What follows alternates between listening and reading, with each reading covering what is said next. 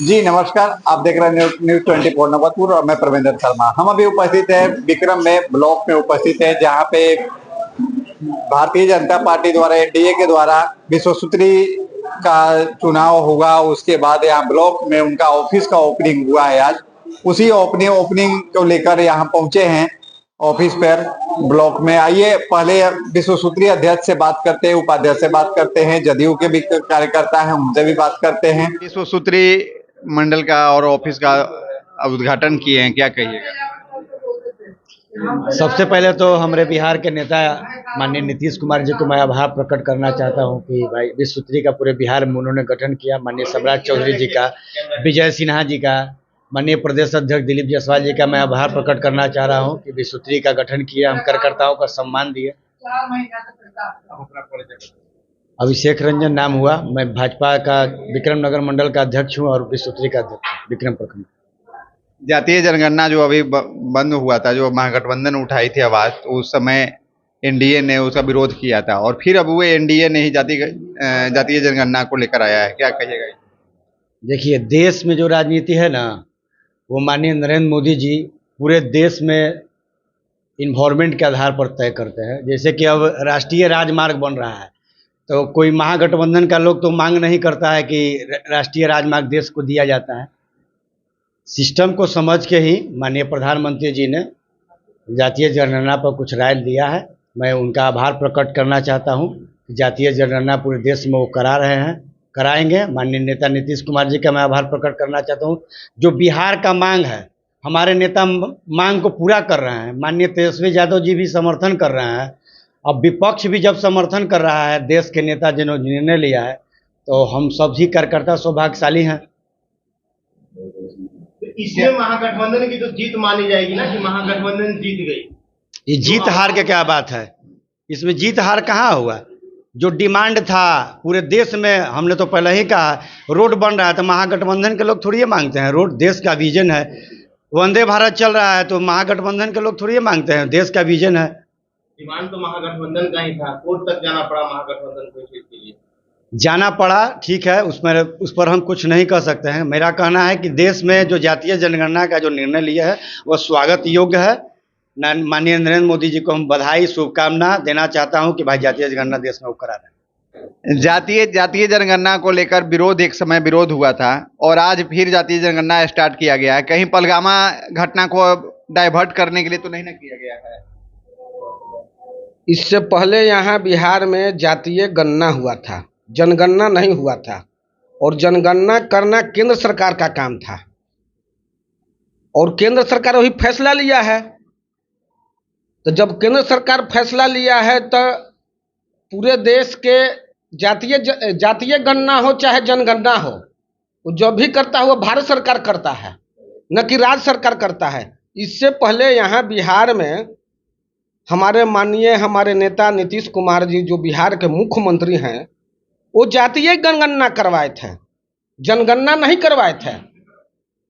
कौन कहता है कि भारतीय जनता पार्टी इसका विरोध किया था? उसका सबूत हमारे पास दीजिए। जातीय गणना हुआ था, उसका विरोध किया था। जातीय गणना नहीं होना चाहिए। जनगणना का कभी भारतीय जनता पार्टी विरोध नहीं किया था।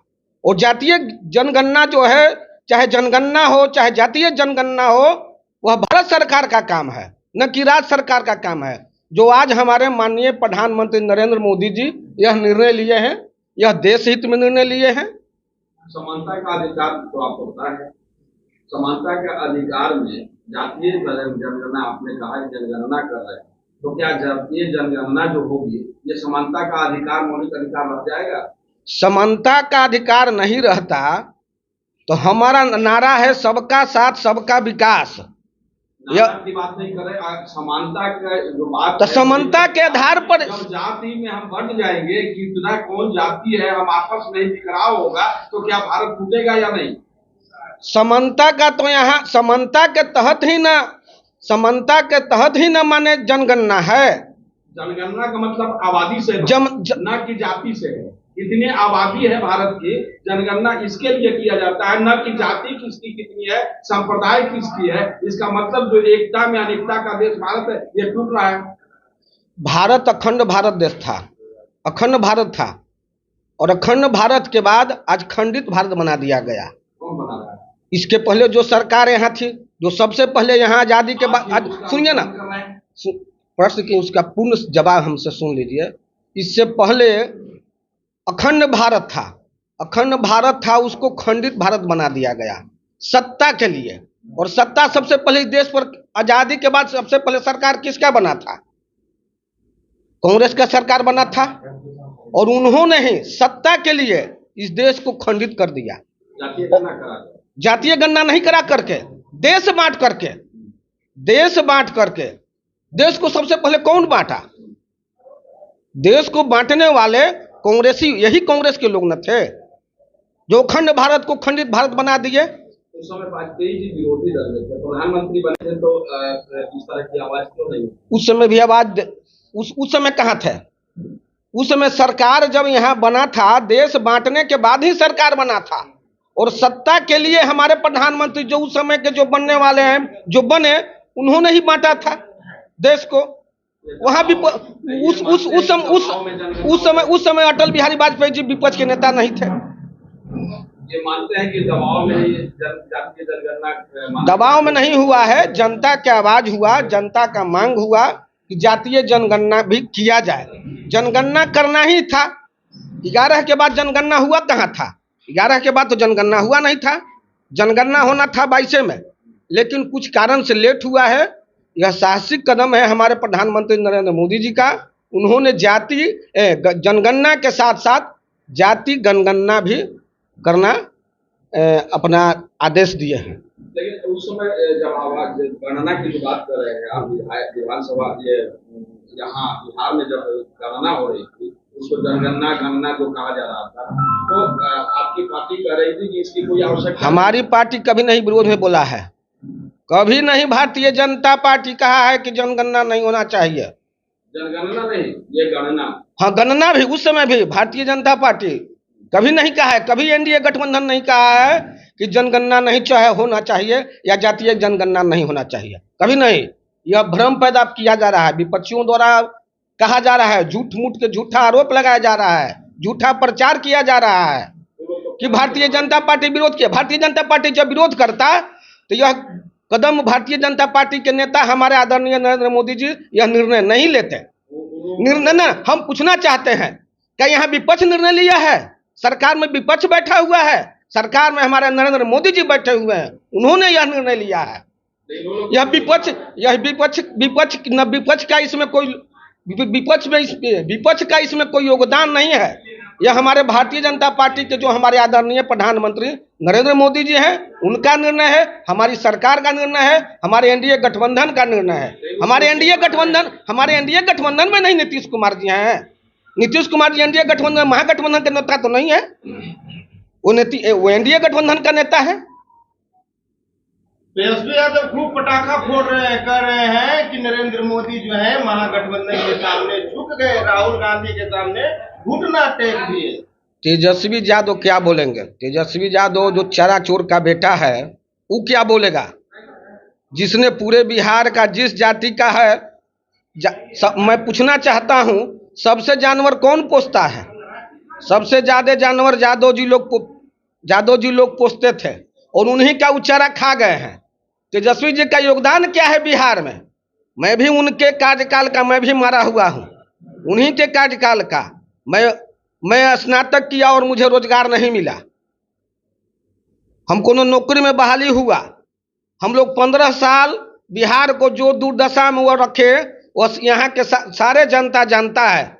इस कहीं भी चले जाइए, सड़क नहीं था, कहीं स्कूल का भवन नहीं था, स्कूल में मास्टर नहीं था, बिजली नहीं था, लोग माने यहाँ पर भयाक्रांत रहते थे, हमेशा नरसंहार होते रहता था, कहीं शांति नहीं था। 6 बजे के बाद 6 बजे के बाद घर से लोग निकलना नहीं चाहता था। तेजस्वी जी क्या बोल रहे हैं? तेजस्वी यादव बोलने वाले कौन है? वो अपने पिता के राजकाज को मूल्यांकन करे, और उसी मूल्यांकन पर जनता के बीच अपना मांग अपना जाकर जनता के बीच जाए ना। जो काज किए हैं 15 साल में, वो अपना काज बताए। एक काज भी उनका होगा 15 साल में तो मैं राजनीति छोड़ दूंगा। आप अपना परिचय बताइए। मेरा नाम नीरज कुमार हुआ, पूर्व जिला उपाध्यक्ष, पूर्व सूत्रीय अध्यक्ष। क्या कहिएगा जी, 2025 विधानसभा चुनाव विक्रम से कैसे निकाल पाइएगा, किस मुद्दा पे लड़िएगा? मुद्दा कहाँ है? मुद्दा सब जगह आवाज है। मुद्दा तो कुछ है ही नहीं। मुद्दा तो केवल विपक्ष विकेंद्रित करने के लिए आवाज उठाती है। ये जितना भी अभी नीरज बाबू के सामने आप क्वेश्चन रखे, ये सब विपक्ष विकेंद्रित करने के लिए आवाज उठाता है कि विकेंद्रित सिस्टम से अलग हो जाए कोई भी आवाज। क्या विक्रम में मुद्दा नहीं है? कोई मुद्दा नहीं है विक्रम में आप विक्रम में मैं बता रहा हूँ कि विक्रम में गांधी आश्रम है, ट्रामा सेंटर है, उसके बाद डाक बंगला है, त्रिभुवन पुस्तकालय है, ऐसे बहुत कई एक धरोहर है जो कि ध्वस्त हो रहा है। हाँ, ये बात सही है। हमारे जो भी अभी प्रेजेंट विधायक जी हैं भाजपा के, सिद्धार्थ जी, आज तक बिहार में जितने भी विधायक जीते हैं उनका गेट बंद हो जाता है, और हमारे सिद्धार्थ जी का कभी भी जीते हैं तो उनका गेट खुला खुला रहता है। और ये तो सही है, आपका मांग उचित है, लेकिन होगा, होबे न करेगा। लेकिन वही विधायक जी के 10 साल के कार्यकाल में अभी भी विक्रम वीरान पड़ा हुआ है। नहीं, हाँ विक्रम प्रेजेंट नगर के बात कर रहे हैं कि ग्रामीण के बात कर रहे हैं? विक्रम विधानसभा की बात कर रहे हैं। हाँ, तो विक्रम विधानसभा में हम पूरा सोन बेल्ट से आते हैं, 11 किलोमीटर से डेली आते हैं। हम तो देख रहे हैं सब जगह विधायक जी का बोर्ड लगा हुआ है, विधायक जी का रोड बन रहा है, कहीं भी तो नली गली सब चीज। हम 11 किलोमीटर से प्रेजेंट रहते हैं यहाँ विक्रम में डेली। वर्षा से आप रोड गए हैं क्या? वो बिहार में है, विक्रम में है या नहीं? हाँ सर, आप गए हैं? हाँ हाँ है सर। वैसे बिहार में है या विक्रम विधानसभा में या कहीं और? हाँ हाँ है सर, है सर, ये बात सही है। तो वैसे तो हो ही रहा है, माने ऐसा कोई बात नहीं है। निसरपुरा बिरधौर पंचायत में हम पैदल जाते थे, पांकी में जाते थे, जनपड़ा भी पांकी में जाते थे, लेकिन आज के डेट में निसरपुरा सबले इंटीरियर में गांव जीता था। लेकिन आज जा करके देखिए हर जगह नली गली रोड है, जनपड़ा या बेरर या हम तो कटारी कहीं भी जाइए, है ऐसा कोई बात नहीं है। होगा, ऐसा कोई बात नहीं है, लिया जा रहा है सिस्टम। लेकिन जितनी भी आवाज है विपक्ष का, पुलवामा हो, ये क्या बोलते हैं जनगणना के बारे में हो, थाना से प्रयोग के लिए नहर आप ही के विधायक जी जी रामजन्म शर्मा ने खुलवाया था। जी जी, पानी गया है प्रयोग तक? ना गया है सर, पैसा भी पेमेंट हो गया है। फेलुअर कौन कहेगा? आप ही के पार्टी के तो विधायक ने खुलवाया था, हाँ। उसमें लाखों रुपया खर्च हुआ ना, ठीक बात है, ये बात तो ठीक है। इसके लिए तो कौन जिम्मेवार है? हाँ ना, जिम्मेवार तो हो ही रहा है ना। वो विकास मानते हैं या नहीं? किसान के खेत में पानी जाए, इसको आप विकास मानते हैं या नहीं? विकास है। वही बिल्डिंग का प्लेंथ है हम लोग का, ऐसा बात तो जरूर है, प्लेंथ है। आपको लगता है कि लोगों को समय पर पानी मिल जाता है? ना, वहाँ कहाँ, वो तो साफ सोन बेल्ट के किनारे है वो नहर। क्या किसान की समस्या विकास के बाहर है? ना, ये बाहर तो नहीं है। आपने ही बताया कि कोई समस्या ही नहीं आ गया। ना, तो हो ही रहा है ना, पहला बिहार, अभी का प्रेजेंट बिहार। हम 200 साल गुलाम थे, हम उसी को लेकर चलेंगे। अंग्रेज हम पर हुकूमत किया है, उसको देखिए। और हम नहीं तो 15 साल लालू यादव ने भी 15 साल राज किया, हमारे नीतीश जी भी कर रहे हैं। तो 15 की बात नहीं कर रहा, मैं 75 साल अमृत महोत्सव की बात कर रहा हूँ कि आप अमृत महोत्सव मनाए। 200 साल गुलाम हम रहे थे, अब उससे हम करें कि हम गुलाम थे? हाँ तो होगा, हो ही रहा है।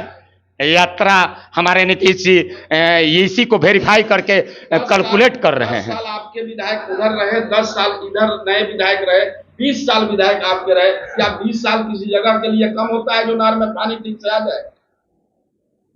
नहीं, ठीक, वो क्वेश्चन आपका राइट है। के बाद 20 साल आप 2 विधायक रहे, आप नहर की पानी पहुंचा पाए?